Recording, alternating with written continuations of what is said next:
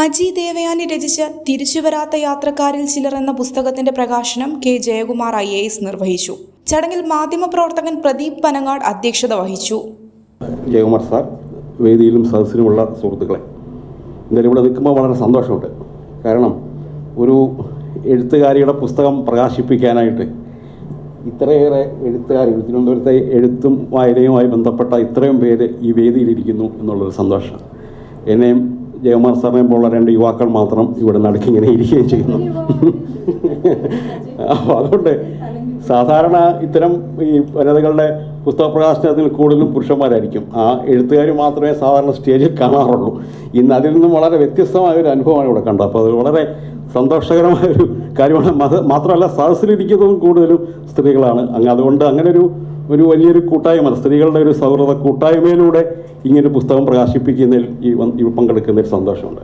ഈ പുസ്തകത്തിൻ്റെ തുടക്കകാലം മുതൽ, ഇതിനെക്കുറിച്ച് ആലോചിക്കുന്ന കാലം മുതൽ തന്നെ അജി എന്നെ ഇങ്ങനെ നിരന്തരം ശല്യം ചെയ്തുകൊണ്ടിരിക്കുകയായിരുന്നു.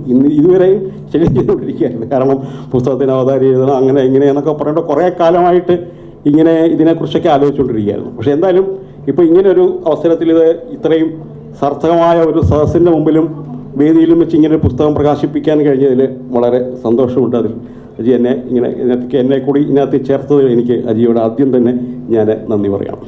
പിന്നെ രണ്ടാമത്തെ കാര്യം, ഞാൻ ഇതിനെക്കുറിച്ച് പ്രസംഗിക്കേണ്ട ആവശ്യമില്ല. കാരണം ഈ പുസ്തകത്തിൻ്റെ അവതാരികയിൽ ഇത് വളരെ വിശദമായിട്ട് ജയകുമാർ സാർ പറഞ്ഞ പോലെ വളരെ വിശദമായിട്ടൊക്കെ ഞാൻ ഇതിൽ എഴുതിയിട്ടുണ്ട്. അപ്പോൾ അതുകൊണ്ട് അത്തരത്തിലൊരു പ്രസംഗത്തിന് പ്രസക്തിയില്ല. പിന്നെ ജയകുമാർ സാറ് നമ്മൾ ഐറിസ് ടീച്ചറൊക്കെ എഴുതിക്കുക, അപ്പം അതിനേക്കാൾ ഈ കാര്യത്തെക്കുറിച്ചൊക്കെ വളരെ നന്നായി അറിയാവുന്ന ആളുകളാണ് ഐറിസ് ടീച്ചറും ജയകുമാർ സാറും. അപ്പോൾ അവരതിനെക്കുറിച്ച് സംസാരിക്കും.